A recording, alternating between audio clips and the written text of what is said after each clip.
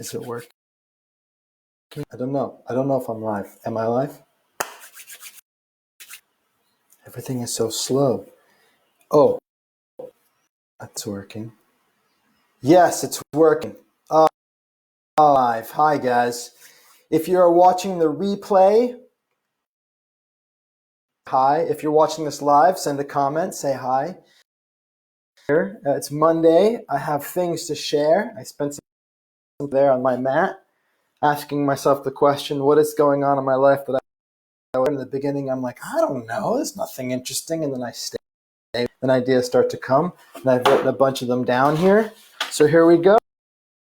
First thing is my own personal deep work that I've been creating with unhurtable. What's that about? Well, I knew when my son hurt me physically, I felt tension in my body, and then I was trying to discipline him in a certain way. That didn't really feel good to me. So I might be getting angry at him, raising my voice at him, or grabbing him and pulling him away or some way. He's 4 years old. Scratching me, or he'll hit me or something. He punched me in the face the other day and caught me by surprise. It kind of stung. And it's with this unconscious response that feel good. And so my body wanted to fight. As an adult, I know I'm not fighting a kid, but my body wants to. I'm interested in my body not experiencing that, so I don't have to consciously compensate for it. I'm looking at what if I wasn't hurtable. What if he couldn't hurt me no matter what he did to me physically? And that where I started to create a new relationship to it. So I found that place between pain and hurting. Hurting is the meaning that I create about now that I'm not experiencing hurt. When he puts pain on me, I'm not having the same emotional response in my body. And it's so interesting. I'm sometimes just looking at him, scratching my arm, really frustrated, trying to hurt me, but because I wasn't choosing meaning of hurt to it, I was staying just home to it, as if my monkey mind is going crazy and I'm just watching it without judging it. I'm witnessing him do that thing to me that before was hurting me, and now even though there's still pain.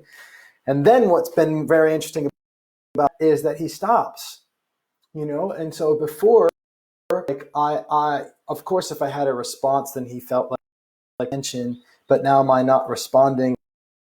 Telling him to stop it wasn't giving him that. But also, even more importantly, in the past, I have tried to feign being hurt, arouse in him empathy or sympathy even that would have not do that. And that didn't really work either. And I think it probably has the fact that he's 4 years old and he doesn't really even have the capacity for empathy. So me showing that I'm hurt isn't necessarily going to have him stop out of sympathy for me. And so that would just response that he'd be getting if I looked like I was being injured or hurt. Working, I'm getting attention, but now I'm actually having no response at all, just watching it, not even just not having a reaction in my body, and then as a result, he's just stopping. And so it's nothing. I'm meeting it with nothing. And really, the idea came to me. Did I talk about this last week's live? But Gandhi's he did his nonviolence work in India. The people would allow themselves to get beaten with sticks by the British military, and it was that willingness to stand there and be beaten back and not run away that actually gave the people that were doing the ability to reflect on their actions and find their own error in it. Gandhi says that patience weans the enemy, suffering and patience weans the enemy from their error. If you pay suffering, it will wean them from the error. And I feel like that's what's happening both in my own relationship to hurt myself and also with my son through hurt me when he inflicts pain. Watching it in my language, I used to say to him all the time, you're hurting me, which I now see the of my experience around what he was doing to me, and that was giving him the access to doing it more. So I've backed off on that. I see there's some people coming in, coming out. I hope the audio quality. There's a flicker on my screen. Anyway, I won't know till it's over. I want to share. I spent some time with my friend Phil this morning doing some interesting meditation. He guided me in a kind of work meditation. And so I've done some energy yoga with the men's work that I've done. That mostly through the work with John Wineland, who's a friend and a great guy. And also just energy of love through my own self-inquiry. But today it was really in accessing energy through the bringing my awareness into the people in my life and even the animals that have really been meaningful to me. And it's a really cool experience. I did it about a couple hours later, as I said, when I was sitting in my cushion. And it was a really powerful way to create a really big, expansive energy in my body. And we were looking at moving it around. So, new thing that I'm interested in moving more into. And my wife does hours every day. She creates energy in her body and she moves energy and she uses that to focus on to particular things that she wants to create in her life, be them relational or material. And she produces a lot of magic that's a new area of interest for me, or putting more focus on my interest. Sharing. My son was saying this thing all the time, and every time in my heart, he said, "Hey, Daddy, when the virus is gone, can we say something there?" So it was like he'd see something he wanted to do, maybe go see a friend or go to see a ball game or something fun sounding would happen. And before he even asked to do it, he would just ask if we can do it when the virus is gone. He knows now that the virus is here, and I'm basically going to say no to most things that he'd want to do. Can't even go to them right now. And so it broke my heart every time that he said it. Felt bad that he couldn't do the things that he could do. And it took in my men's group, my friends pointing out to me that like I'm resisting it. And it was having this story about when the virus is gone is bad that was creating my heart. And he's like, just allow it. And as soon as I did that, I flipped it. It started to become this thing. Incidentally, I'm reading a book right now called The Choice. Dr. Edith Eger, who survived Auschwitz. She's 92. She's a psychotherapist. She's amazing. And in this book, she talks about the way she made it through to have an idea about what she would do once she was free. Every day she stayed with that idea, and the people that stayed with that idea, the people that didn't, unfortunately, more often than not, or they didn't make it. And Viktor Frankl talks about that in Man's Search for Meaning. Thinking about that and thinking about my son saying when the virus is gone, he's naturally just having the idea of putting it in that place and holding a future where what he would love, and he's continuing to move forward. Not upset that he can't do it now. He has a place for it. He has a future as tomorrow or some unknown point in time. It's real for him. And so taking a note out of his book, and I've started to go with it. And I made a little list in my Evernote, the when the virus is gone list. And every time he says he wants to do something, I add it down there. And I'm starting to add my own thing. Yesterday I was talking about going back to Hawaii for our anniversary. So I'm going to go back to Kauai, go to our 2 favorite resorts. We're going to eat crap at an LA Dodgers game. We're going to return to the LA Zoo. These are my sons. His cousin Emily's birthday party when the virus is gone. We're going to go see the aquarium when the virus is gone. We're going to milk a cow at a farm. We're going to go whale watching in Long Beach. That's my wife's when the virus is gone. And so you take this thing, or I took this thing that was this heart, and through allowing it instead of resisting it, it didn't just happen anymore. I actually took it and turned it into something beautiful. And now it's like, okay, what are we going to do when the virus is gone? Like, it's become a inquiry for us and something that we're adding energy to because we're no longer resisting it. So that was a beautiful little shift in creation. I hope you guys, there's people like commenting by now. I don't know. I see there's viewers. I don't know if it's watching. You're here and you're watching and it's working. Can you say what's up so I know that? What else do I got to share? I've been trying to figure out what to do with support at home right now because I'm 7 months pregnant. The baby's going to be here in like 8 weeks or less. And I'm working during the day. Asher's running around. We don't want to keep throwing him on screen time. And so the plan we were planning on homeschooling our son anyway next year. He's got 1 more year of preschool before kindergarten. Hey, let's try this homeschooling thing. And we have ones that do it in all different ways. And so we got an early start with it. But part of our plan was to have help, to have a nanny or support around the house 4 or 5 days a week for like 5, 6. And so there's been a wrench thrown in that, obviously. You're not supposed to have anybody over. Oh, it skips when I talk. Is it Jen? Is the audio tell what I'm saying, or can you still hear me? Let's see. That's a bummer. Tell me,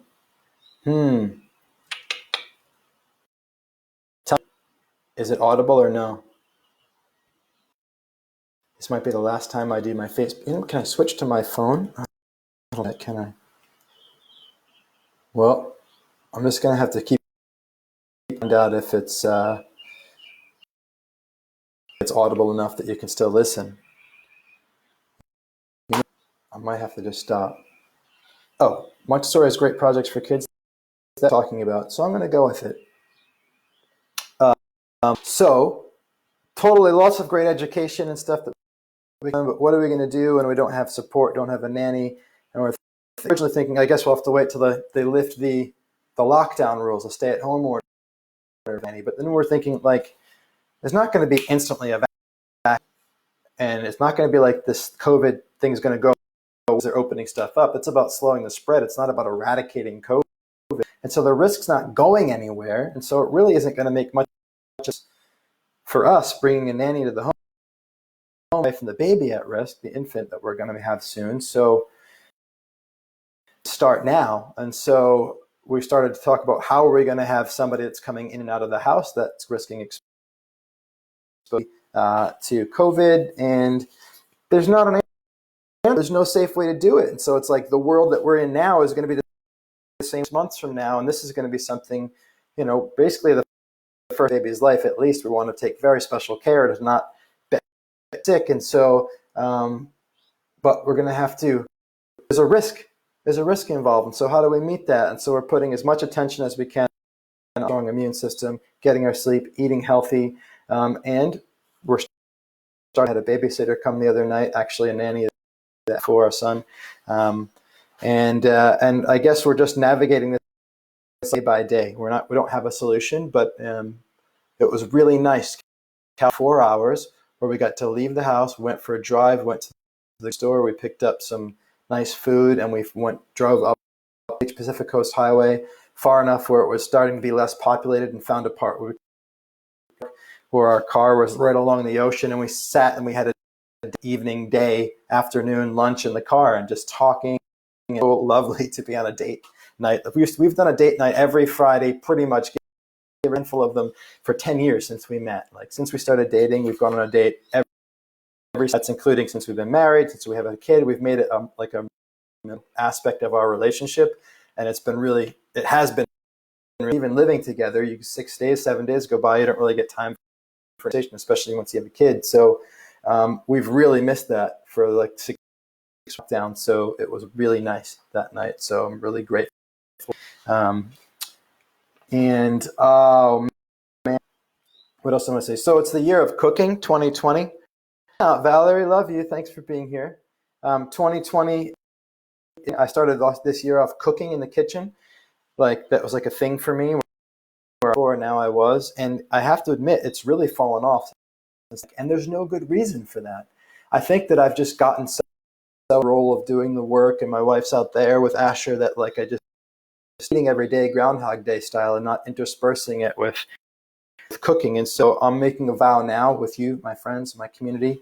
Thank you for reminding me it's the year of cooking when you sent me that message about sharpening my knives. I will start again cooking this week. I don't know what day yet, that this week, and I'll report back next week when I do my live.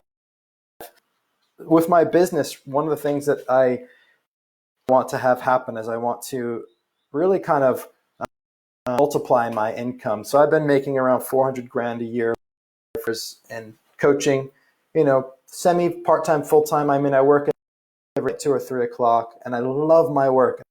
In 10 years, but I'd like to create a jump in income. We'd like to create a few more things in our lives, especially with homeschooling. Just having is what's going to support us in creating more of a lifestyle. One thing that I know my wife knows for sure: there's nothing that will make us happy. There's no getting happier. We've totally agreed that no matter what happens for the rest of our life, we're not going to be any happier, and that's actually a happy thought, because we're happy. And it's also having us not try to get more or seek more. It's really about the addition of experiences and of space, really. We love our home where we live, but we'd like to have a bigger home for kids to play and grow up. And we also live in one of the most expensive places in the country. You put those things together and it costs more money. So I'd love to be bringing in about $1 million income. And again, like, I'm a little bit less than half And I know that if I keep doing what I've been doing for the last 10 years, it will happen. I've been on growing myself and being really good at what I do, like an art craft. And as I do that, I get better and better at it, and people will pay more and more money for my service. But in every business I've had up until this business, I've created more revenue quickly, becoming better at my skill, but through leverage. Through leveraging systems, through leveraging teams of people, through leveraging money business in my web media company.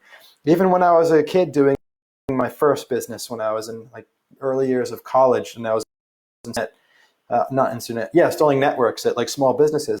I had one of my friends to do it as well and made a little bit of money off him. So I really understood how leverage is what creates more money more quickly for a long time. We were driving around yesterday, just going for a drive, which was really cool by the way. You'll see, I saw a robot driving down the street by itself delivering food for Postmates. It was like a RoboCop or something like that. It was wild. There was nobody driving it. It was autonomous. It was freaky. Okay? We're driving around with these amazing houses, and I was like, there's very few of these houses we bought with money that wasn't created through leverage.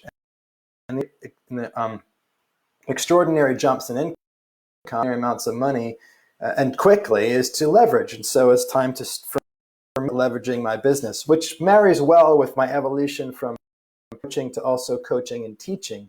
So now it's not just about me spending a time with person together. It's also about the ideas that come through me that I'm putting up on my website. We've got Creating School where I teach every month, and there's an archive up there. But I'm now also designing courses that people can by themselves and actually access a lot of the ideas that I have without me having to be there. That's going to be creating assets that I can then leverage so that I can create income without having for it every time, and other things as well. So I'm looking at leveraging marketing, which is me. I never really done marketing and advertising. I've dipped my toe and experimented with it, but I've got a new friend, I guess I can call her a friend. She feels like a friend, but I've just met her recently, named Melanie. An article for me to be in my name because she's got access to this more high-profile blog on the line. So she's going to publish that, and hopefully that will bring more people into my world that I can be sharing with. And so I'm exploring as a means of my reach to the world. I'd love to reach more people with the creating perspective ideas that live inside my coaching. And I'm looking at my notes and the time I'd like to share is that this may be the last time you see me on a new video, because I've got some in the queue with hair, because one of the Blacklist episodes my wife and I have been watching recently, the guy just shaved his head, and I was like, that looks fun. I did that when I was a kid. It's been a long time. And my too, and neither of us can get haircuts right now, so I think I'm going to shave his head. So it won't happen until it happens. As he's up for, other times he says, no, don't cut my hair, and I won't cut my hair unless we're both in agreement. I literally won't cut my hair unless he lets. And that's really an expression of my feeling that it's not my body, it's our body. We're so family. Like, I don't really see it in such a way where I get about myself without my family involved in it to some degree. That's not like absolute, but I love taking their feelings and their opinions into what I do for me, because it has me feel just connected to them and part of them. It would disappoint or upset my son for me to shave my head. I won't do it, but I'm working on him. He's getting there, and vice versa as well. So if I do it, I'll make a video and I'll post some photos. And anyway, thanks guys for watching. I love you for being here. Sucks. Next time I'll use my iPhone. It must be my computer. Much love.